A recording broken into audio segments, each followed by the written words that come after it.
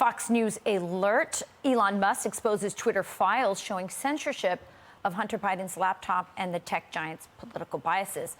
A reporter revealing that for tweets political parties wanted taken down, quote, there were more channels, more ways to complain open to the left than to the right. Of course, that's true. So where's the accountability? Let's ask Congressman Ronny Jackson. He's a member of the House Foreign Affairs Committee. Congressman, so great to have you on this morning. So let's talk about this. What can the new Republican House of Representatives, the Congress, do to rein this in? Because this is the threat to our democracy, isn't it? Absolutely. It's a huge threat, maybe one of the biggest threats that exists, bigger than a lot of the threats we have overseas, to be sure. And, you know, Rachel, this has been going on, let's not kid ourselves, this has been going on for a long time. This was the run-up to the 2020 election when we're talking about now. They got away with it. They were emboldened by it. There's no telling what they did or to what extent they took this since then. You know, they've been manipulating the American people aggressively, whether it was COVID or, you know, the lockdowns, you know, all the MAGA, the white supremacy threat that they put out there all the time.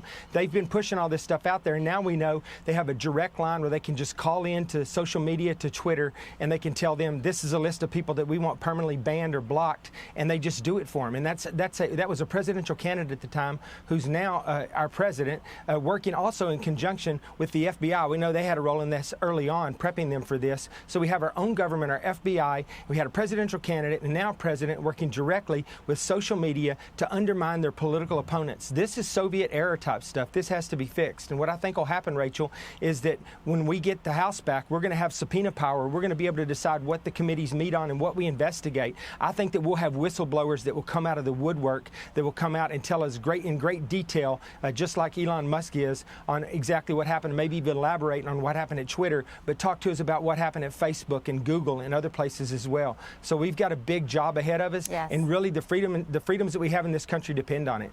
Yeah, there's no question about it. This is a story about big tech suppression and their interference in our elections doing that. But there's also the story of Joe Biden and what they were trying to hide, which is the fact that Joe Biden is compromised by the Chinese government and the Communist Party. And that's a serious thing for our country as well. I want to move to another topic, which is that the Naval Academy has now confirmed that it denied all the religious vaccination requests by members of the military. So what can be done in Congress to give back the bodily autonomy that these members of the military deserve?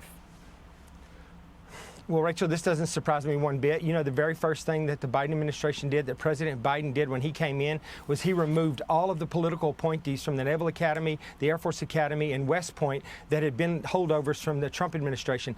I was on the board at the Naval Academy at that time. That had never been done before. The entire time I was on the board at the Naval Academy as a Trump appointee, we had members from the Biden administration. The rule was they just let their term expire, their 3-year term, and when your term was up, then the new president would appoint you. They stopped that completely. Day one, they replaced everybody with these political appointees that shared their woke ideology, and they're the ones that's supposed to be providing some oversight, not allowing this to happen. Congressman, but we've got to get back in there. We can work through the NDAA.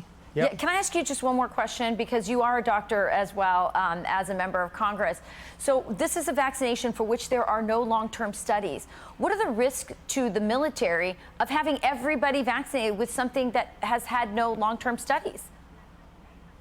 Well, that's it. We don't know what that risk is. Absolutely not. And that's why some of these kids don't want to get it, because they're smart enough to figure out that they don't need it because they're young and otherwise healthy. They're being forced to get it, and they don't know what the long-term risks are. And there's been a lot of stuff out there, right or wrong, that's been horrible about what some of the long-term might be. So it's it's understandable that they don't want to do this, and we're punishing them for this. And that's the key. They want to punish these people. They're looking for ways to punish them. Yeah, it's really sad. Well, we're glad that you're in office, and hopefully you'll be able to do something about both of these very important issues.